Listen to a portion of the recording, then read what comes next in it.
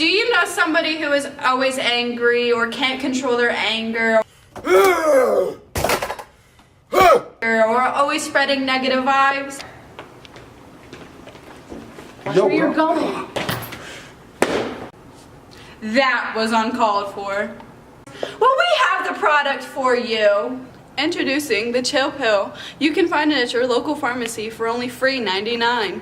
These following leaders all took chill pills.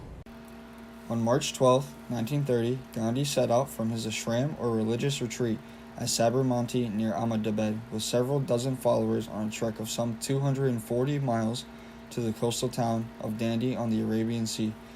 There, Gandhi and his supporters were to defy British policy by making salt from seawater. All along the way, Gandhi addressed large crowds, and with each passing day, an increasing number of people joined the salt protest. By the time they reached Dandi on April 5th, Gandhi was at the head of a crowd of tens of thousands. He spoke and led prayers, and early the next morning walked down to the sea to make salt. He had planned to work the salt flats on the beach, encrusted with crystallized sea salt at every high tide, but the police had forestalled him by crushing the salt deposits into the mud. Nevertheless, Gandhi reached down and picked up this small lump of natural salt out of the mud, and British law had been defied. At Dandi, thousands more followed his lead, and in the coastal cities of Bombay and Karachi, Indian nationalists led crowds of citizens in making salt. British authorities arrested more than 60,000 people.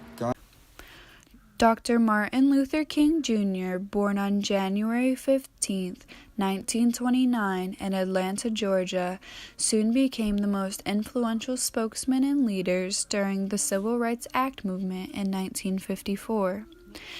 King brought attention to a very big, serious, sensitive issue at that time. King's I Have a Dream, a public speech that was delivered in front of over 250,000 people during the March on Washington for Jobs and Freedom on August 28, 1963, in front of the Lincoln Memorial in Washington, D.C. While fighting for the rights of all, King was then assassinated in 1968. Being awarded with a Nobel Peace Prize, a Presidential Medal of Freedom, a Congressional Gold Medal, King is one of 4 non-presidents to receive these awards. The Women's Suffrage Parade was held in Washington, D.C. on March 3, 1913. This march was held by Alice Paul from the NAWSA, which is the National American Women's Suffrage Association. She did not march alone. She marched alongside thousands of other suffragists. Their goal was to speak out for the equal political participation for women. This parade consisted of 8,000 marchers, 9 bands, 4 mounted brigades, 20 floats, and an allegorical performance near the Treasury Building. This march was held because they wanted to march in a spirit of protest against the present political organization of society from which women are excluded. They believed that women didn't receive the same or equal amount of participation when it came to a political standpoint. The peaceful march ended in great success.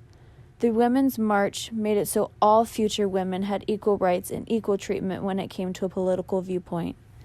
Women now to this day are treated, for the most part, the same as men in a political standpoint.